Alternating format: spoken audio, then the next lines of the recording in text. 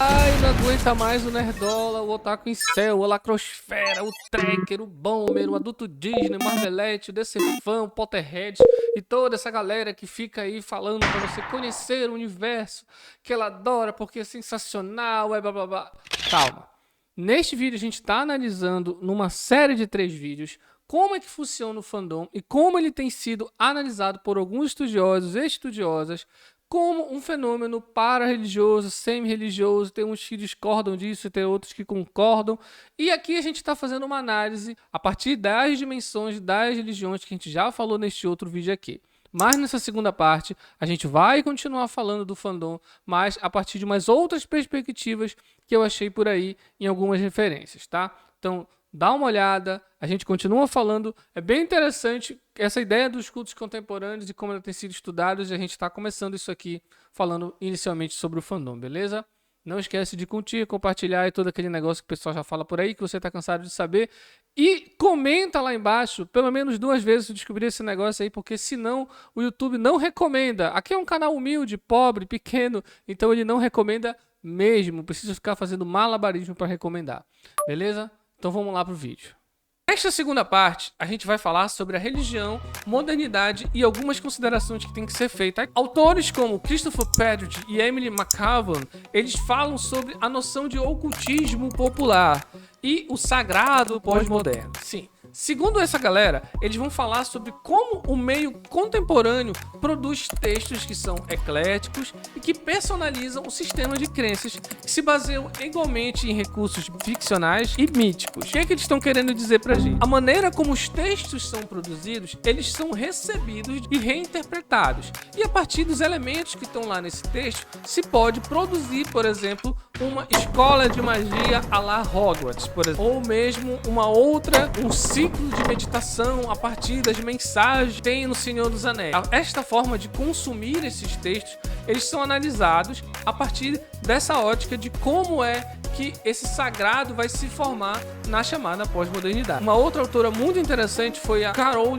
Hughes. Ela tem um termo chamado religiões inventadas. Mas como assim? Todas as religiões não são inventadas? Calma, Padawan. O que ela está querendo falar é que os movimentos religiosos baseados conscientemente em obras de ficção e fantasia são chamadas de religiões inventadas. Ela classifica a partir dos fenômenos que vão surgir dentro de obras como Senhor dos Anéis, Harry Potter, Crepúsculo e outros textos que não seriam considerados como textos religiosos. Por mais que você não queira aceitar que você pode ser um evangélico fundamentalista ou um católico fundamentalista ou mesmo um islâmico fundamentalista, a ideia aqui é que existem grupos que se configuram tal qual como as religiões mais tradicionais, mas que elas são baseadas em outras formas de texto que não teriam inicialmente uma ideia de ser um texto base religioso. E aí ela traz 2 grupos que ela analisa, que é o Jedaísmo e o Matrixianismo. A gente vai fazer alguns vídeos aqui para falar um pouco mais desses grupos contemporâneos, tá?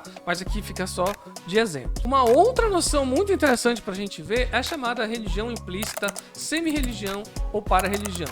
Na ciência da religião, a gente usa esses termos para classificar as coisas que normalmente nós não classificamos como religião, mas que a gente tem elementos que vão lembrar as chamadas religiões mais tradicionais. Então assim, esse termo passou a ser usado a partir da década de 60, um cara chamado Edward Bailey vai utilizar ele para classificar o que eu falei aqui, daquilo que a gente pode chamar também de quase religião, pseudo-religião ou para-religião. Nesse sentido, o futebol é uma religião? Sim, a gente pode analisar alguns aspectos dependendo do recorte que vai ser feito e entender que sim, pode ter comportamento religioso. Tem um vídeo do Tablet muito interessante que eu vou deixar aqui no card, eu vou deixar em algum lugar, em que ele vai falar como se configura a futebol, a política e a religião no Brasil.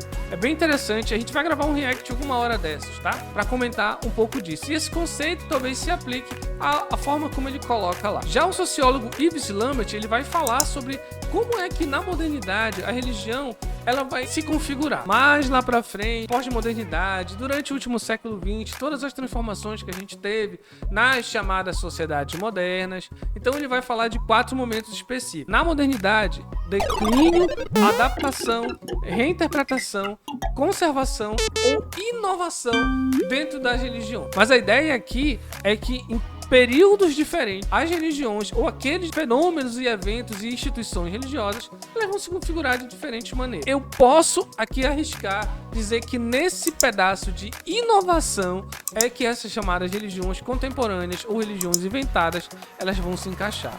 A conservação seriam esses fenômenos mais conservadores que usam elementos religiosos cristãos para afirmar a sua ideia de conservadorismo da sociedade que está em risco e ficar pirando por aí em toda a teoria conspiração possível da cabeça dodói dessas pessoas. Segundo ele, a gente tem umas outras características: autoespiritualidade, uma divindade imanente, deshierarquização dentro destes grupos e também crenças paracientíficas. Eu gostei muito disso, que são as crenças baseadas em ficção científica. Só aqui a gente já tem uma noção de como é que está presente determinadas configurações religiosas e quais são as fontes. Textos que normalmente não seriam utilizados de maneiras religiosas passam a ser utilizados de maneiras religiosas como fundamentos para determinados grupos. A gente pode citar aqui a Cientologia, por exemplo, ou qualquer um outro grupo desse aí que utiliza textos de ficção científica para justificar suas crenças ou algo parecido. E estruturas organizacionais muito frouxas. A gente já fez um vídeo aqui falando sobre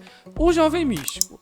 E a gente pode utilizar aqui os grupos, institutos que aparecem aí, que é taxado na internet pejorativamente como jovens místicos e que aparecem e desaparecem, mas que se configuram dentro disso aqui que a gente está falando, que seria a modernidade e a relação dela com a religião segundo este autor. Tá gostando do vídeo? Então aproveita, dá um like, curte lá embaixo, já vai pensando no que você vai comentar, já vai pensando em para quem você vai mandar isso aqui, porque eu acho que é bem interessante. Se você gostou, curta, compartilha e se inscreve.